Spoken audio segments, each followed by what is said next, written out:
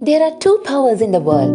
One is the sword and the other is the pen. There is a great competition and rivalry between the two. There is a third power stronger than both, that of the woman. സാധാരണ ഒരു സ്ത്രീയെ കുറിച്ചാണ് ഈ പറഞ്ഞത്. അവൾ അമ്മയാകുമ്പോഴോ അമ്മയേക്കാൾ വലിയ പോരാളി ഇല്ലെന്നാണല്ലോ. അപ്പൊ പിന്നെ ദൈവമാതാവിന്റെ കാര്യം പറയണോ? Our Lady of Suyapa, patroness of Honduras, a title and image of Blessed Virgin Mary, popular in Honduras.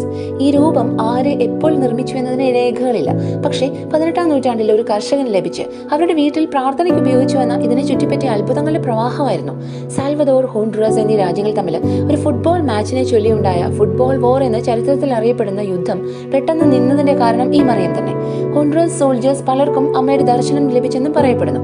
Mary in this statue wears a light pink robe covered by a dark cloth trimmed with golden stars and valuable jewels. പലതവണ അതൊക്കെ മോഷ്ടിക്കപ്പെട്ടെങ്കിലും രൂപം ഇപ്പോൾ basilica of സുയാപ്പയിലുണ്ട്. ജീവിത യുദ്ധത്തിൽ നമുക്ക് മറിയത്തിന്റെ സഹായം അപേക്ഷിക്കാം.